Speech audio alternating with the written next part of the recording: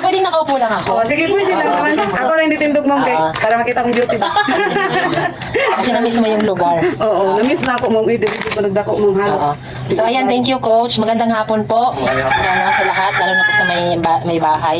Okay, my name is Maris Dipolog from Infanta, Quezon. So, kunting story lang ba't po ako nakarating ng Bayugan. Isa po akong part-time farmer and businesswoman at the same time. Ang ginagawa ko po doon sa tanim namin at saka sa iba naming kliyente, ibini-video ko, ina-upload ko po sa TikTok, sa YouTube at saka sa Facebook. So one day, may nag-inquire sa akin at lagi-lagi naman sa iba't ibang lugar ng Pilipinas at lagi ko namang napupuntahan tuwing may interested. No, so nakakarating na po ko ng Mindoro, Oriental, Occidental, nakakarating na rin po kami ng Palawan, and then Nueva Ecija, Pangasinan, Tarlac, Isabela, yan. So Mindanao, paulit-ulit na, maraming beses na, okay? So dito po, nito lang, last cropping, may nag-comment dun sa aming video naka-upload tungkol sa tungro, na kung saan problemado daw yung palay niya. Marami naman nagko-comment pero hindi talaga nagtutuloy ng pag-purchase ng product. Sa akin ini-entertain yung mga interested talaga, alam kong problemado siya. So may nag-inquire sa Bayugan na tungro, and then sabi ko i-check out lang sa Yellow Basket. Nag-check out naman siya, then makulit may nagtatanong, nalaman ko 3 hectares pala yung palayan niya. So pinahabol ko yung pang 2 hektarya kasi 1 hectare lang yung check out niya. And then along the way, nagtuloy-tuloy yung communication namin kasi talagang makulit siya din, problemado, no?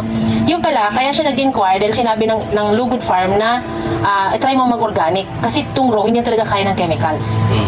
No? So try mo mag-search sa organic, ma'am, sa online. Ako yung nakita niya. No? Then, ginamit niya yung product, to make story short, satisfied siya. Naka-harvest siya ng maganda.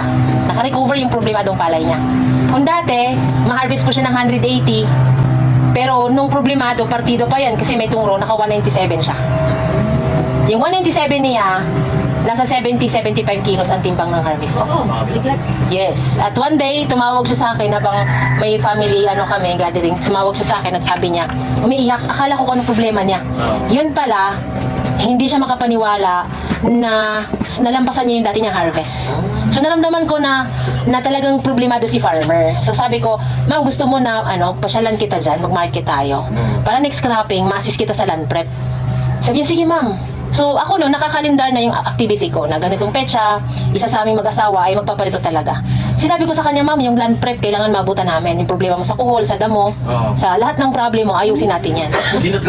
So na-amaze siya, dumating yung asawa ko yan, na-meet sila Miss Karen, sila Kutsalan, no?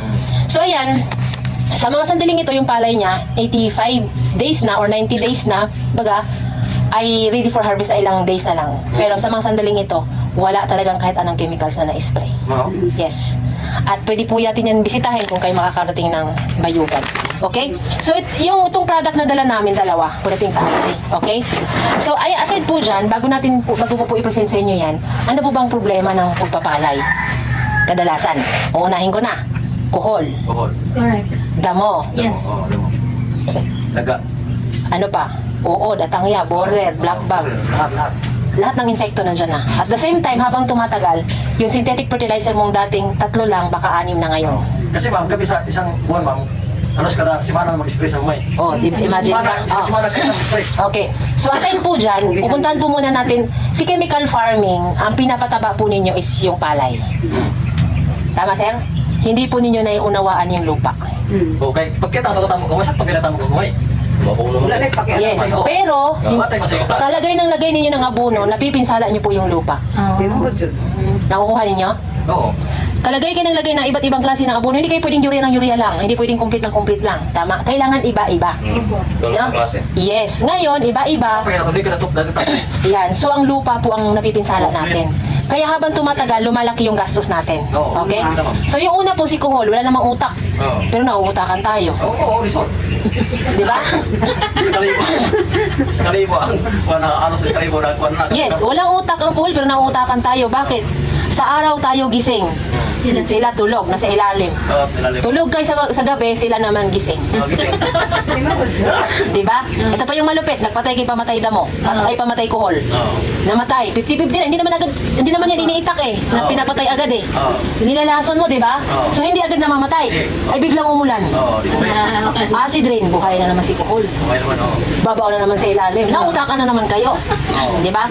Sumunod po yung damo, dati magkano lang yung pangdamo, yung buto lang. 300, 500, 100 nga, 1,000 ka. 800. Ngayon po, 1,600 na. Mayroong 2,000 pa. Oo. Napamatay damo lang yan, ha? Oo. O, napapansin ba ninyo yung damo? Habang tumatagal, lalong tumatapang. Oo. At saka dumami din po. Yes, bakit? Dahil po dun sa kakapatay ninyo ng damo, lalo pong dumadami yung damo kasi yung pamatay damo gawa po ng scientist.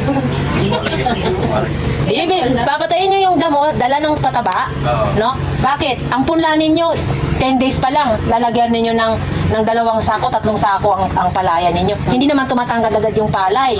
Ano ang tumataba? Yung damo. Papatayin nyo si damo. Pag pinatayin nyo si damo, namatay nga si damo. Pero yung bakterya niya doon, damo rin. Alam mo rin. Ngayon, dahil damo na naman siya, next cropping, patay na naman kayo. Napansin ninyo, yung pamatay damo parang nalaos lang. Oh, last lang. Tapos pag ulanan, mabuhay uli. Yun. Ulang. Kailangan nyo kasing bumili ng mamahalin. Yung parang itak na. Di ba? Oo. Dahil yung scientist, gumagawa sila ng pera. Para sila makapera, ang farmer ng Pilipinas po yung pangunahin nilang market. Kasi ang Japan, kauna-unahang naggamit ng chemical, nalaman yung resulta, kauna-unahan din naglagay ng batas na bitawan ang chemicals. Wala na. Pero ang Pilipinas po, 2010, may batas na tayo, Republic Act 10068, pero hanggang ngayon wala pa rin ngipin yung batas. Okay, so ngayon, si Kuhol, 1,000 na gagastusin mo. Si Damo, 1,000 din. Sobra. Di ba? Sumunod, yung punla, mahina. Lalagyan nyo ng pataba, di ba? Oo, puno. Malambot. Pag may punla, di ba, mabilis maputol?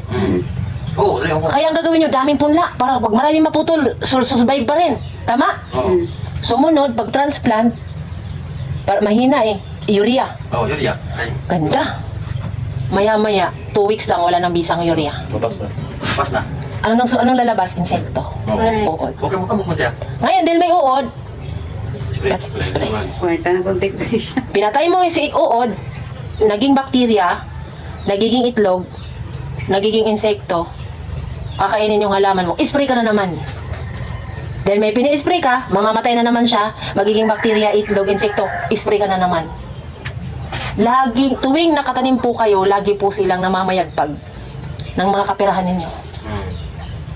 Basta di mo mawagin ka. Ano pa po yung sumunod? Insecticide, pesticide, may fungus na. Focus na. Ito yung malupit. Nikrat. Oh, pag dumating yung fungus, bakit? Di ba umuulan? Oo. Pagtapos ng ulan, nandyan na. Oo. Spray ngayon ng fungicide. Oo. Biglang uminit kasi climate change na. Oo. Di ganda-ganda ng panahon, biglang umulan, biglang uminit. Sunog. Sunog. Oo, sunog. Itong patay ayan ko, loy mo na heroy. Sa amin, may Tignan taloy? meron. Batay ka ng liang sa humay. Oo. Mara kita to. Lata lang. Sabi nga sa tripod ko namin. Mayroon pa rin. Gumagawa pa rin sila ng gamot kasi alam nila yan eh. Daghala ka na. Pero ang tanong, bili kayo ng bili, kamusta ang harvest? Ano lang po, lugi kami po. Lugi kami po. Totoo po yan, lugi. Tapos ito pa po yan. Yung dati yung pataba, 3 lang ngayon, 6 na, ngayon 8 na. Tapos after 5 years, magiging 15 sacks, bags of synthetic na yan. Sa Mindoro, umabot na po ng 15 sako per hectare. Laro na. Oo. Grabe no? Hindi pa po kasama yung pangkuhol, pangdamo, pangatangya, pangborer, pangdaga, lahat wala pa yun. Pataba pa lang ngayon. Ganun katindi. At mayroon po doong farmer na outright po hinihimatay sa palayan at di doon arrival sa hospital. Nakakalangha po ng masamang chemicals. Mataas ang BP, mainit, dehydrated. Pagdating sa hospital, wala nang buhay.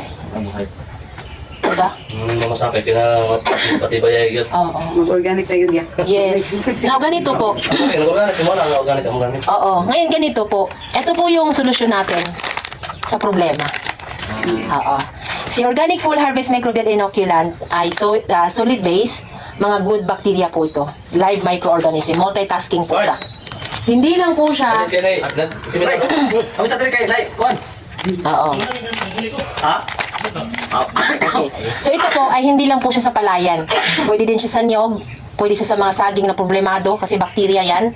Pwede siya sa mga fruit bearing to lansones na hindi namumunga.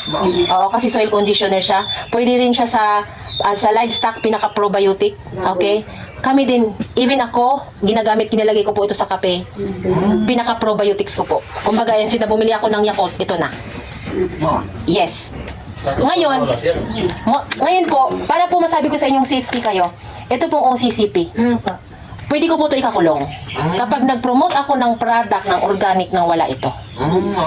Yes, Republic Act 10068, lahat ng nag-claim ng organic dapat pumasa sa kanya na ibig sabihin hindi siya nakakamatay. Yes. Ngayon po, itong Organic Full Harvest o si Victory Global, na tumayo po ang company noong 2008, and then nung lumabas yung Republic Act, tayo po yung kauna-unahan na na-certify dito sa OCCP. Pag pinag-usapan po ang organic, napakalalim po, napakahaba pa po ng ating tatahakin. Okay? Na pag sinabing organic, dapat natural, sa sariling atin. No? Sariling atin, pagka po galing sa ibang bansa, dapat sa kanila yon. Foreign na yon pagdating sa atin. Like sa atin nga, mga Pilipino, bilib na bilib sa mga imported.